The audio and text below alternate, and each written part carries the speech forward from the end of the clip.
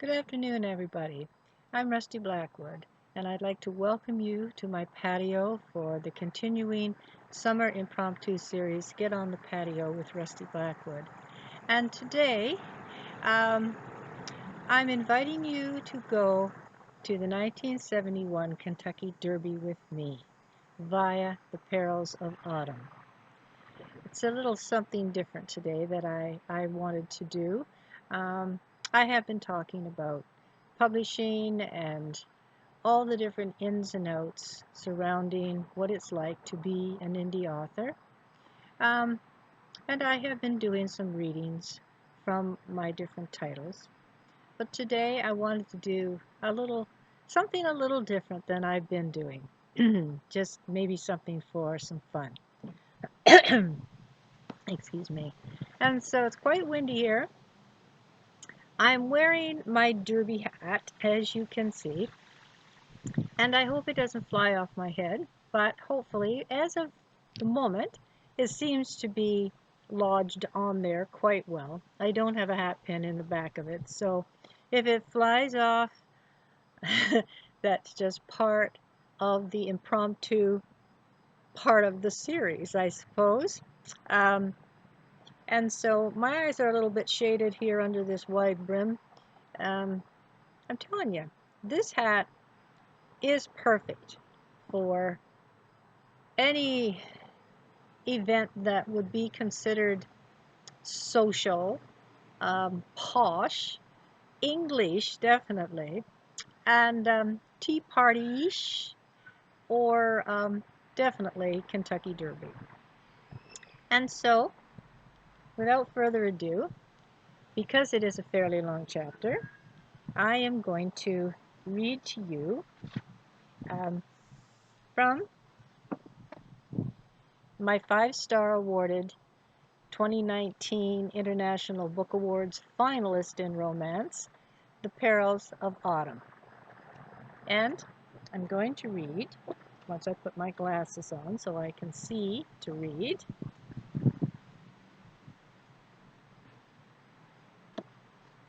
Chapter 58, Finn Does the Derby.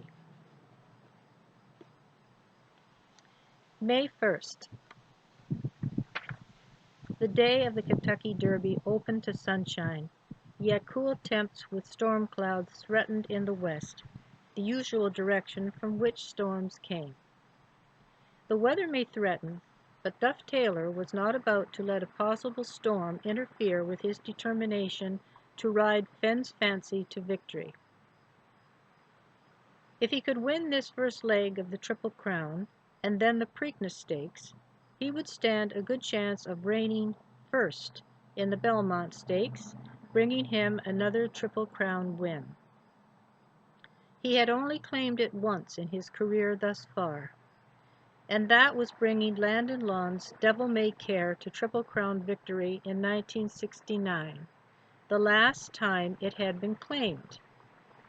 He had never forgotten the taste of winning the top prize in professional thoroughbred racing. He wanted another, and he would do whatever was necessary to achieve it. He felt he had a horse more than capable of bringing this victory to fruition, very reminiscent of his black predecessor, but he had yet to prove that he could.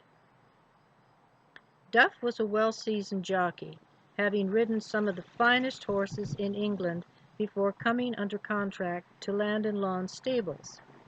He had ridden all aspects of racing, reigning supreme in most all he rode, but he had never forgotten one unsavory event which had happened in Aintree at a Grand National steeplechase he had rode. He did not win, but whenever asked about why he didn't, he always made a point of stating he had been cheated, plotted against, and would change the subject as soon as the conversation would allow it. He had made certain that his record remained as flawless as he fancied his riding techniques to be, which is how he ended up as Cyril Landon's exclusive jockey. "Fine day for the Derby, Duff," Cyril stated in anticipation as he arrived to the stables to find his jockey standing with Fenn's Fancy, as if he were in deep conversation with him. Realizing he might be, Cyril continued, "You know, that is not a bad idea. I often have a right old gab with my mount before an event. They understand more than they are given credit for. Do you not agree?" Duff silently scoffed to think his employer could be so naive. To him, a horse was a means of money, big money, especially if they were winners in top races. It was what had attracted him to horse racing as a very young man. His diminutive size also helped him choose the way of the jockey, for he was too small to be considered for any job that would have required size. Besides, he loved to ride, found it thrilling to look down and see the ground traveling past at 45 miles per hour beneath the tremendous pounding of hooves propelling him forward. "I don't know as to whether I would agree," Duff stated in answer to Cyril's inquiry. "I suppose there are some smarter than others. After all, they do seem to realize they are in competition when they charge out of the gate, but as far as being considered intelligent, I don't believe so." The startled expression on Cyril's face was that of someone who had just been chastised because of his beliefs. But he was not about to argue. Instead, he said, "I had wanted to speak with you before the race today regarding your use of the riding crop. I have noticed your, how shall I state this, overuse of it when not required. I do not believe it is required at any time. However, it is still being allowed by the Racing Association, yet I do not appreciate it being used on my horses, any of them. Do you understand, Duff?" The opinionated jockey realized he had been found out. He also realized the only way his employer would have of learning about his habit would have been from William Brown or Manfred Montgomery, the latter, to be precise. He and the trainer had exchanged words on it, heated words, in fact, but he never considered Montgomery a stool pigeon. Then again, had he taken the time to know Manfred, he would have been aware of his exceptional adoration and respect for horses, that he would never condone misuse of them in any way, and would complain to the top brass if he knew. However, Duff didn't think he was doing anything wrong by using the crop. That was what it was invented and used for, especially when galloping at full speed upon a mount that was giving you grief every moment. It was the way he had been taught. He never once questioned the method, had always found success by using it, so he had continued. Until now, he thought Manfred had been his only taskmaster surrounding the whip. Now he had to contend with his employer. He could not have his job put in peril. If that should happen and his habit revealed, then he would no longer have a shot at another high-money win. "I did not realize you were so against the use of the crop, Cyril. However, since you are, I shall refrain from using it. Fenn can be somewhat lazy, especially leaving the gate. But should he choose to act up, I shall use my voice to direct him onward. Devil often tries the same nonsense, yet that is what makes a hot-blooded thoroughbred so interesting to ride. I do hope we have a good race today. Will you be there?" Almost laughing, Cyril stated, "Of course I shall be there. I am Fenn's owner. Where else would I be?" I did not mean to sound flip. Really, it was an out-of-line question to begin with. Now William will be driving Autumn and I, and Manfred will be riding in the fifth wheel with you and two of the hands. It is my understanding that even though the Derby does not run until 6:30, and it takes just over 1 hour to drive to Churchill Downs, pending no mistakes or heavy traffic delays, Manfred wishes to leave within the hour. That allows proper time for all that is required once at the track. I expect you to be ready, and in the right frame of mind. I also suggest you get on properly with Manfred." As Cyril turned to leave, Duff replied, "I shall. I am sorry if I offended you in any way, Cyril. It was not my intention. I shall see you at the track." "Mm-hmm," Cyril mused discreetly, moving toward the stable entrance on his way to the mansion. He was suddenly uncertain about the race today, no longer certain he should let Duff ride Finn in such an important race. Yet he had been training him, along with Manfred, of course, but the trainer could not replace the registered jockey. Besides, he was much too large. This would be Finn's only chance at this race, as Cyril thought. If he does not win, should I even consider the entry expense for the Preakness?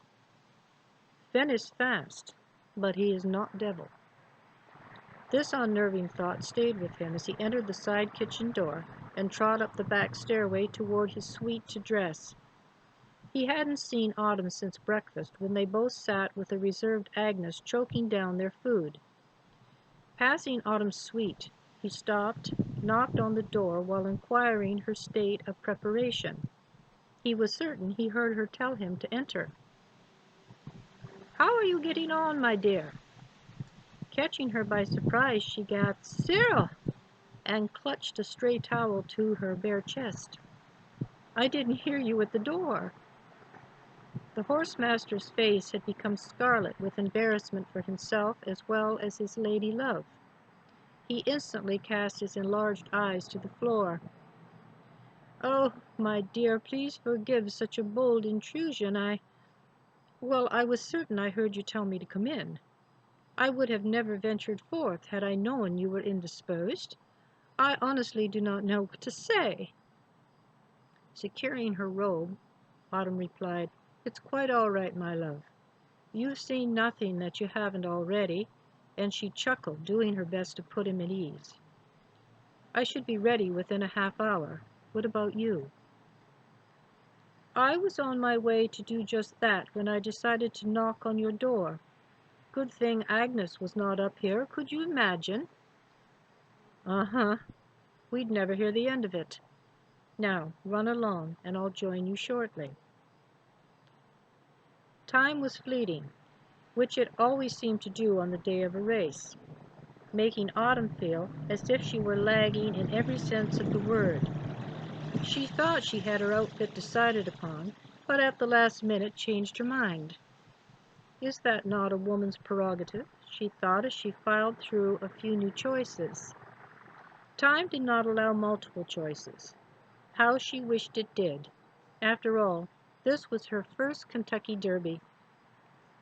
She wanted to look the part, but she also wanted to make Cyril proud of her, just as she always did.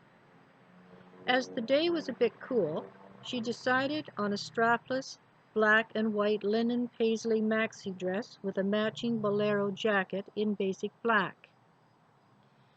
She chose black and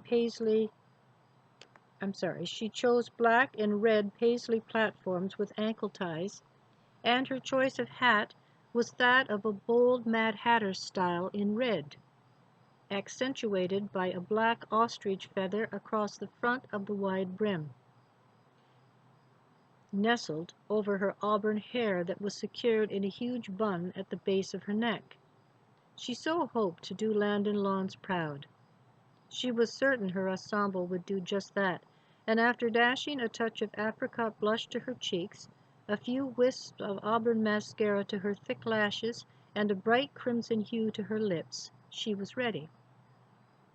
A distinctive knock sounded firmly on her door just as she was about to open it, somewhat startling her, yet she knew who it would be.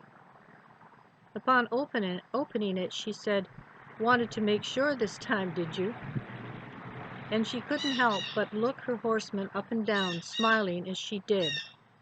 "Well, aren't you the dapper Dan of horse owners today?"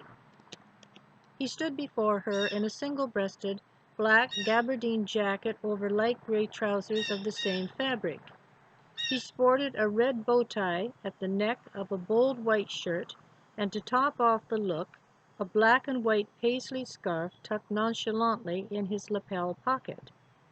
His footwear consisted of black leather loafers, perfect for keeping comfortable throughout the long day before him. Tipping his black fedora in a casual manner, he answered, "I could never measure up to Dapper Dan, my gorgeous girl. You look smashing, as always." "Thank you, Cyril. I hope you would like my choice. I've not been to the Derby or ever dreamed I'd be going in the capacity that I am today." Noticing the similarities of their fashion choice, she said, "It never ceases to amaze me how much we think alike. You're sporting a couple of the same colors I'm wearing, as well as the same pattern. Goes to show that great minds do think alike." "That they do. Now are you ready to join William in the limo? He is waiting at the side kitchen door, like always. The others have already left with Fen." As they walked through the kitchen, Agnes, who stood at the sink, stated, "The best of luck today, Cyril. With that bugger on his back, Fen will need all the luck he can get." Cyril had realized quite some time before that Agnes did not care for Duff Taylor. He was not certain as to why, but he respected her right to her opinions, even if they were misplaced at times. "I am certain Fen will do his best, Agnes. That is all I can expect. See you tonight." Churchill Downs was awash with excitement, flamboyant hats, and chilled mint juleps as William pulled the limo into the owner's private parking lot. Many limos, full-size luxury cars, and sports cars filled the area. Money was in the air. In fact, people swore they could smell it, for many appeared to have their nose in the air. Cyril and company would be observing the race from Millionaire's Row, where the sweeping view of the track was phenomenal, regardless of where you were located. Ever since winning the Triple Crown in 1969, Cyril had viewed the race from this vantage point. It had become the norm, yet he never took his presence for granted, for in this level of horse racing, one's monetary ranking could change quickly. It was always a gamble, but the love of horses kept Cyril coming back, hoping for the best, and standing in support of his entry. He still felt nervous regarding today's race, his colon churning the more he thought about the financial investment to have Fen's Fancy in the lineup today. If the horse did not place first, he hoped he would still be in the money by ranking second or even third. At least that would cover the entry fee. Cyril knew it was all a matter of chance, for each entry was fully capable of crossing the finish line first. He also hoped his stern talk with Duff would prove successful, yet his binoculars would be hanging around his neck just in case. After checking in with Manfred, Duff, and the hands, Cyril, Autumn, and William made their way to the viewing platform on Millionaire's Row. Autumn felt excited as she scanned the entire grounds before her. She fit right in, her ensemble holding its own among the fashionable ladies of Churchill Downs. As her eyes traveled about, Autumn breathlessly remarked, "I must say how thrilled I am to be here with you, Cyril. I never once pictured myself in such an elaborate setting." "It is something," Cyril replied as he too gazed about the area. "I do not think it should ever be taken for granted. I know it is not by me, yet I do know a few owners whom consider this their rightful place. That is not the proper attitude to have. You can find yourself out of here just as fast as entering this level. That is why I have never let myself get above my station. I am just thankful my horses have allowed me to enjoy this for as long as I have." William suddenly spoke up, stating, "Don't sell yourself short, boss. It has been your expertise in knowing a good horse when you see it that's brought you here. You've always chosen well. This is why you are here, and I'm certain this is where you'll stay for quite some time to come." "Why, thank you, William. You have always had faith in me. and I appreciate that more than you know," Cyril admitted, meaning every single word. Taking Autumn by her right hand, he said, "May I get you something to drink, my dear? Perhaps a mint julep?" Autumn had never tasted that drink, though she knew it was the drink of the Deep South and the favorite drink of the Kentucky Derby. And with that, I'm going to raise my glass to you. It's not a mint julep, but we can imagine. So cheers.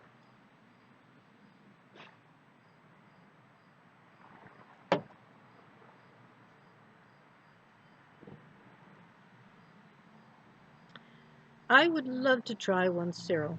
Are you and William having the same? Nope, William drawled. I fancy me a long, tall bourbon, straight up. How about you, boss? Nodding his head, Cyril replied, "Your choice would definitely hit the spot about now." In a matter of minutes, William was back, carrying a silver tray with the assorted drinks upon it. "Here's to Fenn's success today," Cyril announced, holding his glass in the air and clinking it against the other two. "Yum," Autumn affirmed after taking a sip of her julep. "This is exquisite. I believe I have found a drink I shall be returning to every now and then."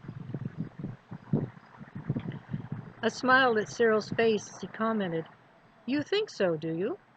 I have always found them a bit rich for my liking. However, I do know how to make them, and I keep the requirements in the liquor cabinet.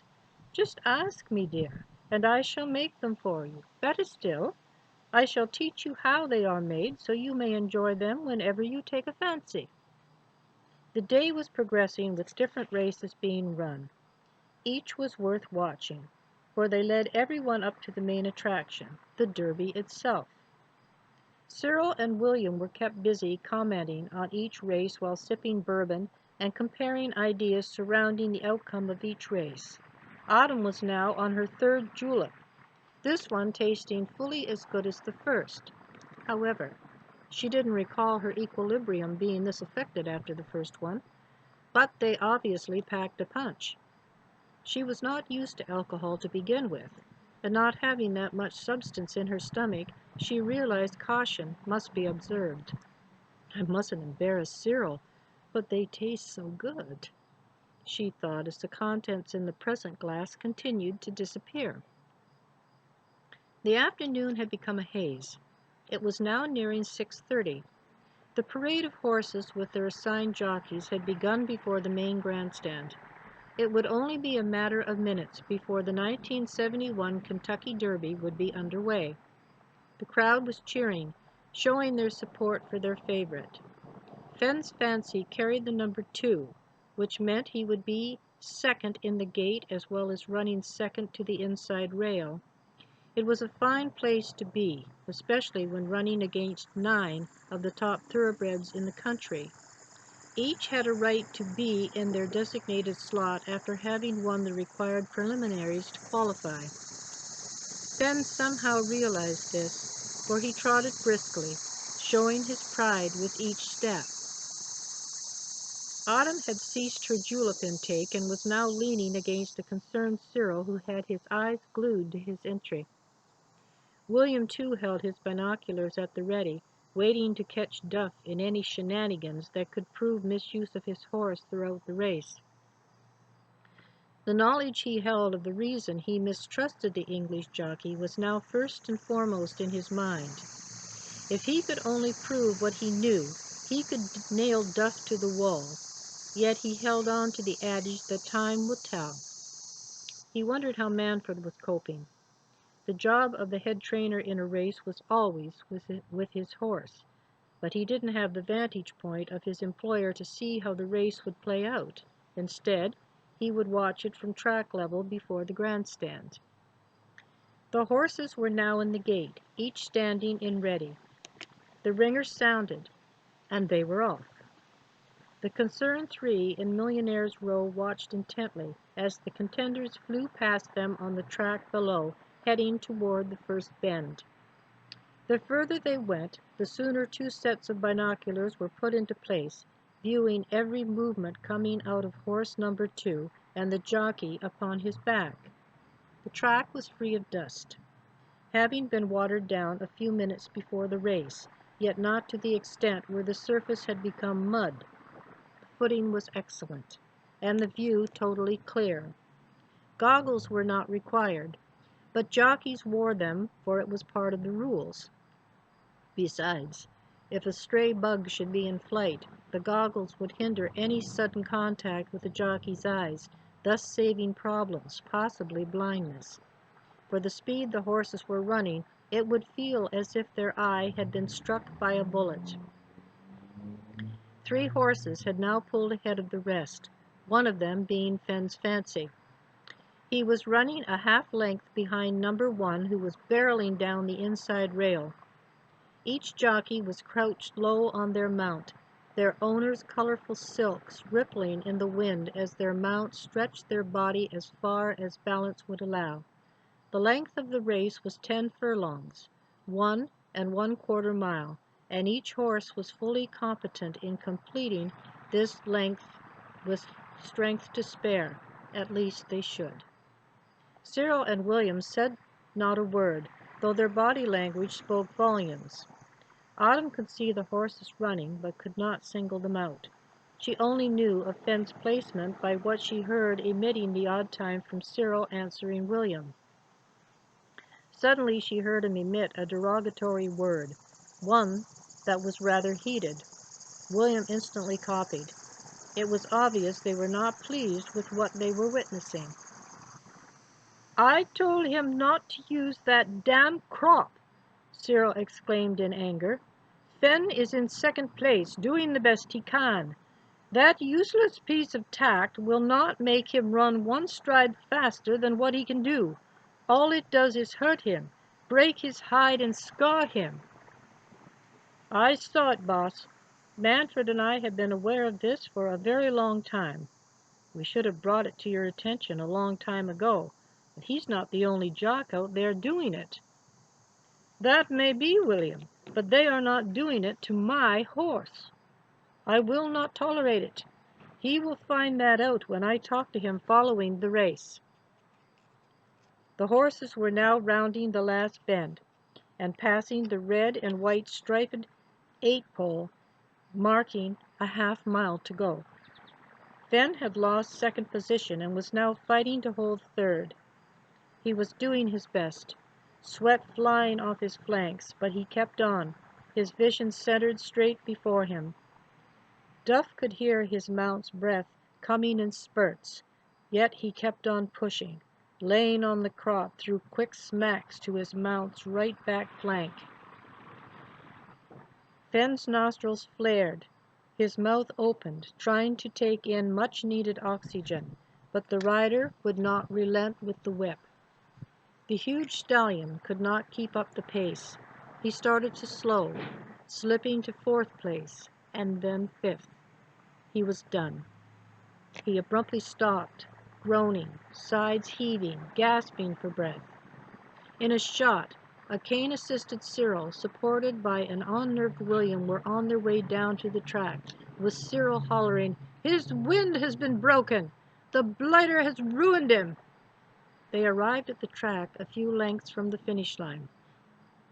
After the last horses had passed, they walked as quickly as they could to Fenn's side. The poor sable stood with head down, sides heaving, struggling to draw breath. "Get the hell off him!" Cyril blatantly demanded, doing his best to control his temper. But William wasn't waiting for the jockey's dismount, for he quickly reached up and totally swept him off the horse's back as he yelled, "What in blazes did you think you were doing, idiot?" Not believing what she had witnessed, Autumn made her way down to the track and toward her man and her foreman. As she moved closer, she could see they had been joined by Manfred, who appeared visibly upset. Cyril had taken matters into his own hands and was directing Duff to immediately leave the scene, no interviews, no speaking to the press in any manner. He was to call a cab and go directly back to his apartment, where Cyril would speak with him on his return, after checking Fenn, Manfred left for the stable area to have the hands bring the fifth wheel up the track to load the winded stallion to take him to the stable's vet. The winner of the race was now in the winner's circle, where news reporters, owners, and track officials and the public had gathered. Cyril was glad of this, for it took a tremendous amount of attention off of Fenn. But there is always that one reporter who must get coverage. After a few flashes from the camera, Cyril openly requested no further pictures, but he did allow a few questions. Louisville Tribune, Mr. Landon. Can you tell us what has happened, and where is Duff Taylor? Questioned the reporter, holding his clipboard at the ready. Anyone could tell Cyril was shaken, but he did his best to answer as he said, Fenn's fancy has unfortunately broken his wind. This can happen when a horse is already running full out and being forced to go faster. As for the jockey, I have requested he return to my stables, where I will speak with him on my return this evening. Are you then saying the problem with your horse is the fault of Duff Taylor? I am not stating any such fact. I was simply answering your question as to my jockey's whereabouts. Now, as you can well see, I must attend to my horse. Please excuse me. And he walked away from the reporter as Fenn's transport arrived. After the stricken horse was loaded into the fifth wheel with Manfred at his side, Cyril, Autumn, and William adjourned to the stable where they conversed with the vet, and after a brief consultation, returned to the limo and left for home. They rode in silence, yet the lack of conversation spoke volumes. Autumn's concern for Cyril was overwhelming, and she showed it by embracing him tightly against her as William sped the limo toward the meadows. So, there we go. You didn't think you were going to the Kentucky Derby today, did you? Well, you never know what ideas I'm going to come up with, and or what I'm going to end up doing in one of these videos. But I do hope you enjoyed that chapter. It shows the sides of horse racing that very often happens. It's not all glamour. It's not all winning the top prize. It's not all the hype is real, but what happens at a horse race, especially a horse race of that caliber, the cream of the crop. A lot of people would never see that. They would never know anything about that ever happened. When I wrote it into the story, I wrote it almost in front of the grandstand, right where where the finish line is located, and where viewers in the grandstand would see this poor horse, and what had happened to him. A lot of them might not know how it happened or the reason behind why it happened, just that it happened, and they would feel sorrow for the horse, of course, if they had any compassion at all. They certainly would feel for the horse. But of course, at a time like that, people's eyes are on the first three that cross that finish line, because that's the money. That's where the money comes from. That's what's going to pay their bets.